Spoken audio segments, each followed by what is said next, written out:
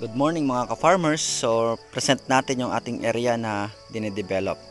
So, ito po yung Teacher's Garden sa Puerto Princesa City, Palawan. So, mag-tour muna tayo sa ating garden.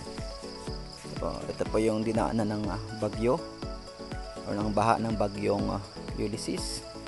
Makita natin nakasurvive po yung ating mga halaman. Ito po yung sapa na dinaanan ng baha. So, ako po ay nakagawa ng sapa sa area na to. Kanal po ibig sabihin. Ayan. So, malalim na kanal ang ating ginawa para dito dumaan yung tubig. Ayan po, sa lugar po na ito ay dito natatambak lahat ng matabang lupa galing bundok or lahat ng topsoil. Kapag summer po ay kinukutkot po natin yan, kinukuha natin, pinapala. Tinadala natin sa tabi ng dagat para doon naman natin gamitin bilang lupa ng ating mga potted garden. Meron na rin po tayong mga kalamansi. So, ating mga kalamansi na nanimula sa buto. Guyabano na tanim. Langka sa tabi ng balon. Itong aking kalamansi na may gitsang taon na sa tabi ng kubo. So, sa paligid po ng kubo ay nakapaikot yung mga kalamansi natin. Mayroon talaga mga kalamansi na mabilis tumubo, lumaki compare sa iba na nakasurvive sa matinding init. So bawat kantuhan po ng ating kubo or plano kung tayo ng bahay ay meron tayong mga langka na malalaking klaseng langka ito. So ito ay ngayong araw po ito ayon sa Department of Agriculture, ito ay 20 kilos ang isang bunga. So ito po pag namunga ay talagang malalaki ang bunga. So bago tayo mga kaibigan diretso doon sa ating tour ng ating garden, so gusto ko lang ipakita sa inyo yung first cropping po ng aking garden. So yung una ko pong tanim since May, June, July, August. So yan po yung aking mga papaya, maliliit pa po. At yung una pong mga tanim ng mga okra ay talagang malulusog naman. So healthy yung ating mga tanim sa first time nila pong mataniman. So naka-plastic mulch po yan. Ito po ay ang aking first cropping po ng aking mga halaman dito sa Teacher's Garden. Ito po yung area na aking dinedevelop. So almost 1 hectare, only 1 month team. So yan po ang first cropping natin. Para makita po natin yung development. So kung napansin po ninyo, so malusog po yung ating mga tanim na mais or yung corn natin. So yan po ang ating pinagtiyagaan na itanim po, no? Sa slope area po, so safe tayo pagdating sa baha o sa mga flood. So ang problema lang ay ang panahon na tag-init, no? Kasi mahirap po ang tubig lalo kung mataas ang lugar. So ito pong area ko po ay maganda po yung lupa, so mabuhaghag. So maganda sa taniman ng kamuting kahoy or mga root crops tulad po ng kamuting bagin at iba pang root crops po. So ayan po makita natin, no, yung taba po ng ating mga mais ito sa ating area po. Ito po ay from May hanggang August po, first cropping po natin. Yan po yung aking area. Gusto ko pong malaman malaman po ninyo na ito po yung development ng ating area na to. So kasi po itong aking second cropping po ay medyo hindi ko na masyadong nasikaso gawa ng simulaan na po tayong pumasok sa trabaho, no? Ito po ay panahon pa rin ng pandemya yung time na to, kaya talagang nakafocus tayo sa pag-develop ng area na to. Talagang natutukan natin. So ito po ay intercrop with cassava plants, no? Kaya after po ng corn natin ay napagtamnan agad natin siya ng cassava, no? So meron tayong malusog ng mga okra plus. So malaki pa ang ating kinita niya sa mga okra na yan. Kasi sa okra production po ay less lang yung inyong puhunan pero malaki po ang kita. So ayan po, may mga sitaw din tayong tanim. So mahirap po talaga mag-develop kapag nag-iisa lang po. So minsan-minsan po may kasama rin ako pero most of the time ay ako po lang yung ako lang mag-isa yung nagtatrabaho. Awan ng Diyos ay nakakaya naman natin. So Kaya nga po sa ating mga content, mahalaga yung exercise para malakas tayo, no? Kaya natin magtrabaho kahit na nag-iisa lang tayo, no? Pero yun po ay galing pa rin nating lakas sa Diyos na lumikha, no? Kaya nagpapasalamat tayo sa Panginoon sa kabutihan niya, sa lakas na pinagkakalob sa atin. So mapapansin po ninyo, marami pa rin ng pugon po sa area na yan, pero ngayon po ay nalos na wasak na po yan.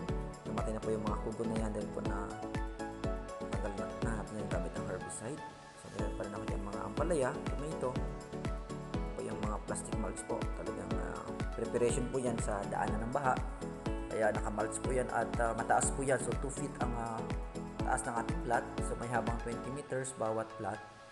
So yung preparation po yan sa pagdaan ng malakas na baha. Kasi dyan po sa lugar na yan yung pinakamahabang lugar. So ang area ko pa ay valley. So sa gitna po more than 25 meters yung flat. At magkabilaan ng hills or slope area. So dito po yung mga tanim din akong patola. Yan po yung ating mga patola na nakabahay naman or nakabalag naman sa lambat, sa fishing net, no? So fishing net po yung ating ginamit dyan. So, makita po natin talagang nataba rin talaga. Ito po ay panahon pa rin ng pandemya na itanim. Pero malaki rin po ang ating kinita dito sa ating patola na ito. So, ayan po yung ating patola na mayumi. So, mayumi ang variety niya. Bakit niyo po sa background, sa gilid ay marami pa rin pugon. Pero sa ngayon po, makikita niyo po mamaya na pag daan natin ng camera ay talagang na clear na po yung ating mga pugon. Alas namatay na po lahat ng mga pugon. Dahil sa ating management na ginawa. So ayun lang po yung ating mga development ng first cropping po natin sa ating halaman. So talagang yung okra nga po nga, hindi ako nakapagtanim masyado gawa ng yung iba kong okra ay nag-fail gawa ng pabayaan ko po. Pero po itong panahon ng first cropping, talagang yan po kasi ay meron pa tayong focus sa pagdidilig. Lagyan na didilig lalo kapag uminit lang po. Sa ating water pump na po ay naka-stay dyan sa area. So ngayon po ay sinusugal na lang natin sa init ng panahon. So yan po yung maliliit pa po yung ating mga tanim na squash. So, nag-harvest din po tayo dyan, pero sa kalagayan po niyan yung squash po ay hindi nag-click masyado gawa ng init ng plastic mulch. So ayan din po yung mga tanim po na mais po sa pinakataas, sa overlooking the sea na po yan. Mamaya po ay aakit tayo dyan para pakita ko sa inyo na sa area po niyan ay makikita nyo na yung tabi ng dagat. So dyan ko po sana plano magtayo ng bahay dahil maganda yung senaryo, no? Overlooking yung beaches or sea. Overlooking the sea. So ayan po, malulusog yung ating mga corn. So medyo mahangin lang po yung time na yan nang tayo ay nagkuha ng video na yan. So maganda po sa farm na to, gawa ng bago pa lang siya nataniman. So nagmubat po ito kasi nakaraan. So ayan po yung ating mga development. So, ito po yung ating develop na farm. So ayan po, makita ninyo, ginawa kong garden yung banggilid yung slope area, naka plastic mulch po yan. At dito sa gilid naman ay meron tayong mga tanim na kamote. Yan po ay product ng quarantine.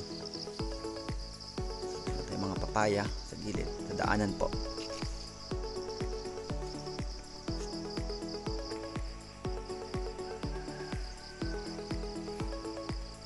So ito pong area na to ay more or less 1 hectare. So sa awa po ng Diyos ay ating dinedevelop na kahit wala po tayong kinukuhang labor. Salamat sa lakas na binigay ng ating Panginoon sa pag-develop po ng ganitong klase ng farm. So may mga fruit trees na rin po ito. Yan, mga more than 40 na jackfruits pa na natin natanim. Meron din more than 300 na bananas.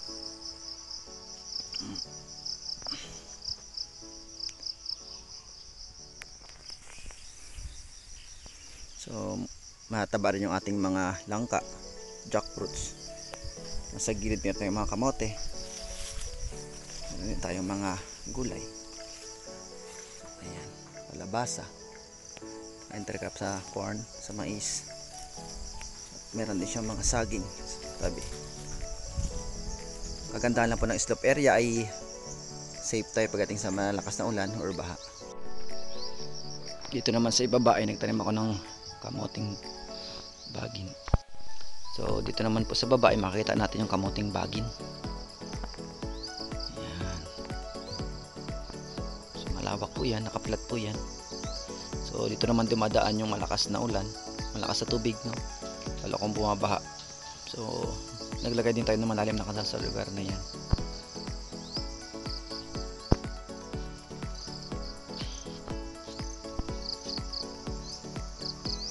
So dati po ay may naka-intercrop dyan na eggplants, tinanggal natin para walang kaagaw yung kamote sa paglalaman.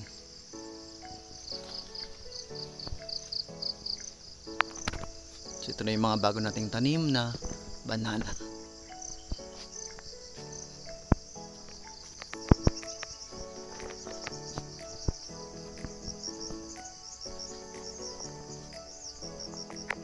So ang slope area po ay tinanim natin ng mga banana.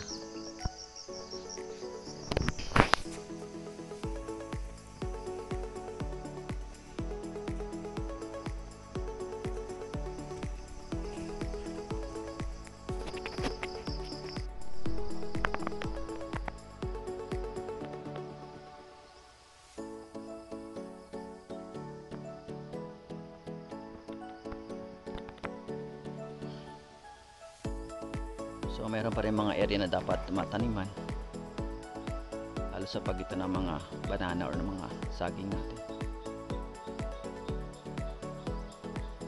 Ganyan po kalawak yung ating area. So, dito naman po sa daanan ng tubig ay meron tayong mga saging, karandaban natin. So dito dumadaan yung tubig, makikita natin yung sapa. Taba yung ating kamote, no? Hindi nadaan na ng baha, no? Ito kasi maraming topsoil, ito na pupunta. So meron tayong mga papaya na nakaplat.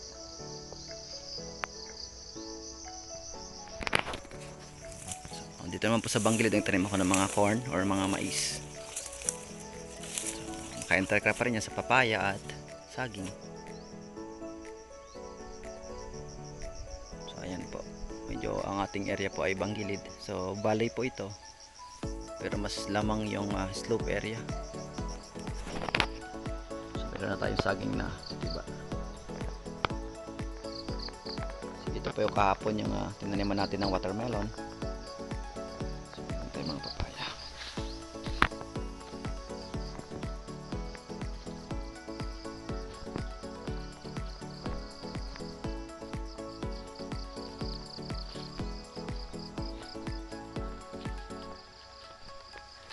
So ayan po, makikita natin yung intercropping techniques na ating ginagawa para ma-maximize natin yung area natin. Meron tayong kubo. So makikita niyo po halos lahat dito ay puro papaya. Meron din ako mga lakatan sa gilid. Ayan po, mga lakatan po ay naka straight line.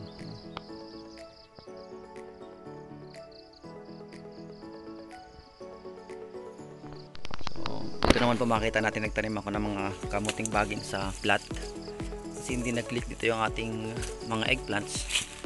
So binabala ko rin dito taniman ito ng watermelon, no? Pero dito po kasi sa area namin ay napakahina po ng ulan, kaya ang hirap isugal yung ating mga halaman, lalo kung tulad kong busy may trabaho sa gobyerno, hindi ko maasikaso magdilig.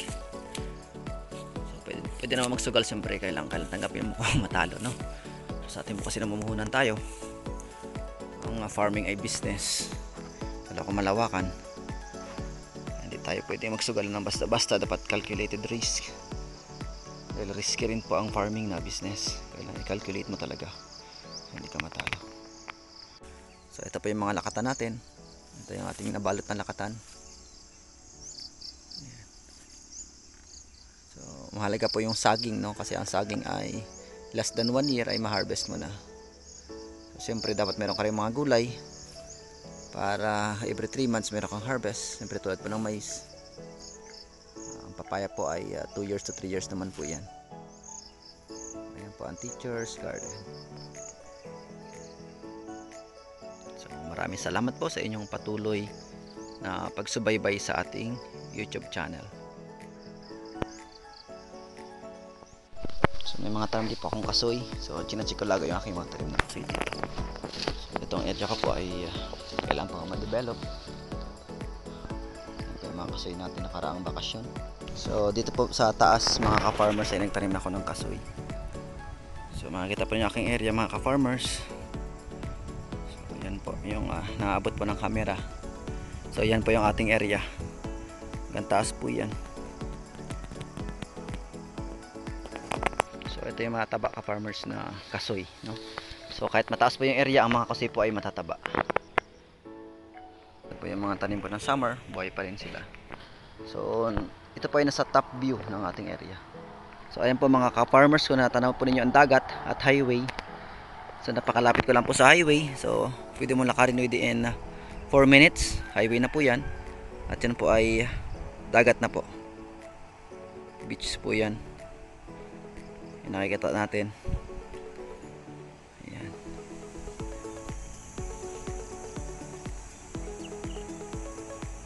Nasa top view po tayo. So dito po sa itaas ay nagtanim ako ng mga fruit trees. Pababa po tayo sa ating area.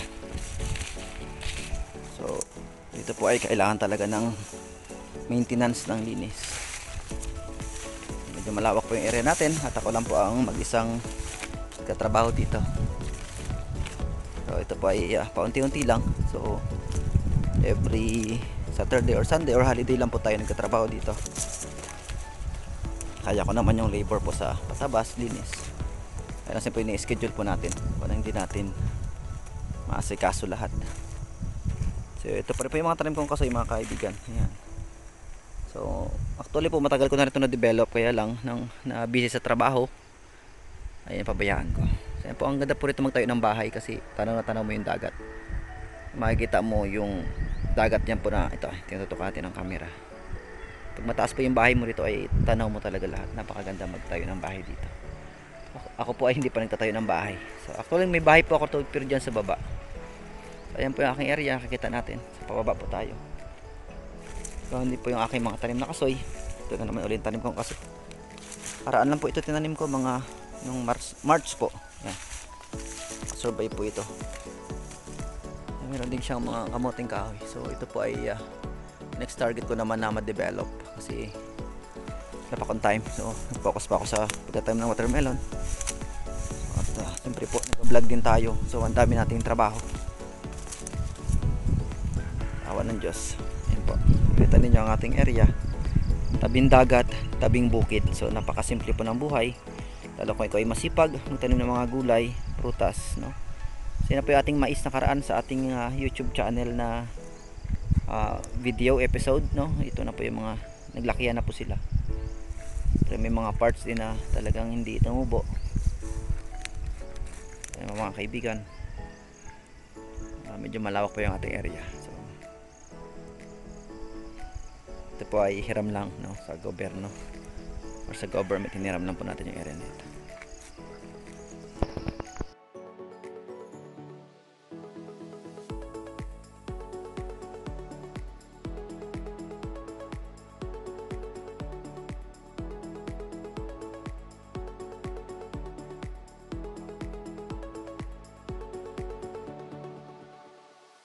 So ayan po mga kaibigan yung dagat na nakikita natin mula doon sa itaas ng Teacher's Garden, yung aking area po na na-feature natin kanina.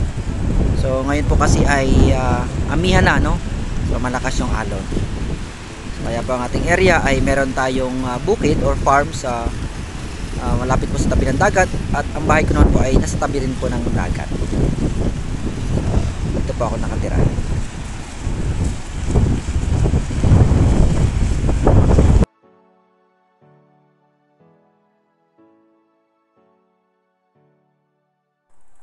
So hanggang dyan lang po muna mga ka-farmers. Sana po ay nag-enjoy kayo sa ating tour sa ating teacher's garden. Maraming pong salamat sa inyong patuloy na pagsubaybay sa ating YouTube channel.